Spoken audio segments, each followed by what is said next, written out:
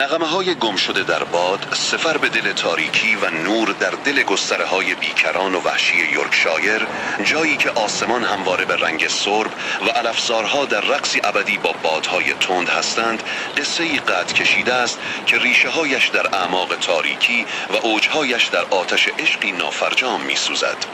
اینجا بلندی‌های بادگیر تنها یک عمارت نیست، موجودی زنده است، سنگی است که روح دارد، خانه‌ای است که دیواره‌هایش خاطرات را در خود زمزمه می‌کنند و پنجره‌هایش به روی روح‌های سرگردان باز می‌شوند.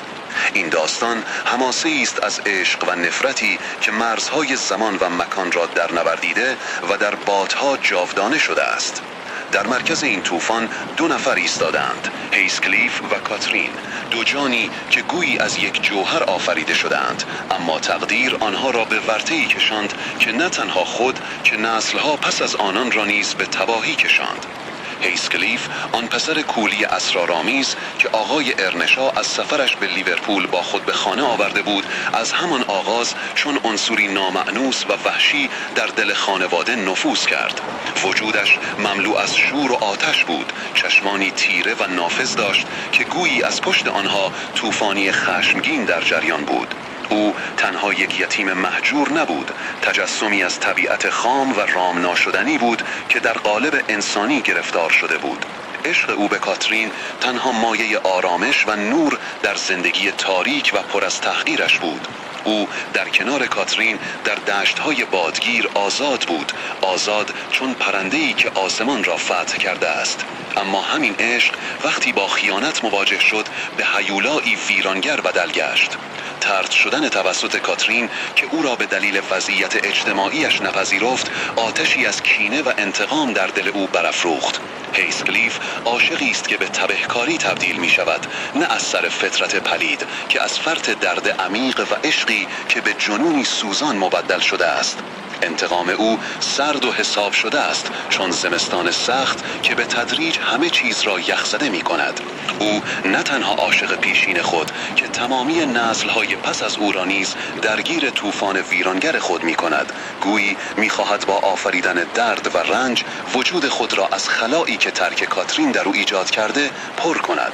در مقابل او کاترین ارنشا قرار دارد، دختری سرکش، آزاده و پر از شرنگ زندگی. روح او به اندازه هیسکلیف وحشی و رام ناشدنی بود، اما در قفس زرین تعاریف اجتماعی و تجملات اسیر شده بود. او با هیسکلیف پیوندی ناگسستنی داشت، پیوندی که از جنس روح بود، نه جسم و جامعه.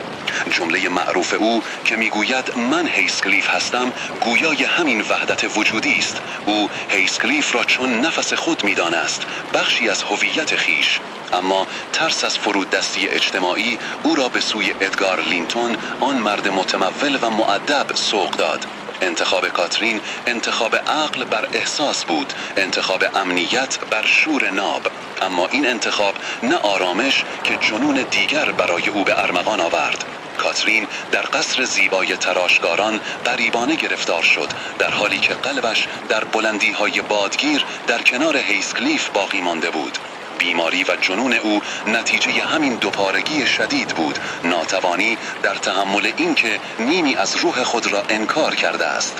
مرگ او پایان ماجرا نبود، بلکه آغاز شبحوار قصه بود. روح بیقرارش در جستجوی آرامش در بادهای یورکشایر پرسه میزند و برای همیشه در طلب وصال نیمه گم شده است.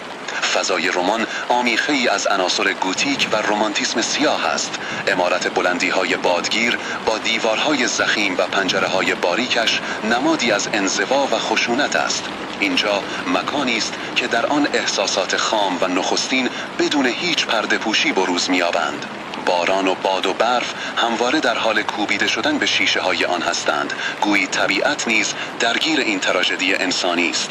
در مقابل تراشگاران با پنجره‌های بزرگ و روشناییش نماد تمدن و نظم است، اما این نظم سطحی و شکننده است و به راحتی تحت تأثیر طوفان‌های عاطفی بلندی‌ها قرار می‌گیرد. در مقابل تراشگاران با پنجره‌های بزرگ و روشناییش نماد تمدن و نظم است، اما این نظم سطحی و شکننده است و به راحتی تحت تأثیر طوفان‌های عاطفی بلندی‌ها قرار می‌گیرد. رمان بلندی‌های بادگیر تنها یک داستان عاشقانه نیست، کاوشی است در عمیق‌ترین و تاریک‌ترین زوایای روان انسان. عشقی که میتواند هم رهایی بخش باشد و هم ویرانگر، انتقامی که میتواند نسلها را نابود کند و تنهایی که حتی در کنار دیگران نیز میتواند کاملا مطلق باشد. این اثر میراثی است از امیلی برونته که همچون روح کاترین و هیسکلیف برای همیشه در ادبیات جهان و در ذهن خوانندگانش زنده خواهد ماند و زمزمه‌هایش در بادهای تاریخ طنین‌انداز خواهد شد.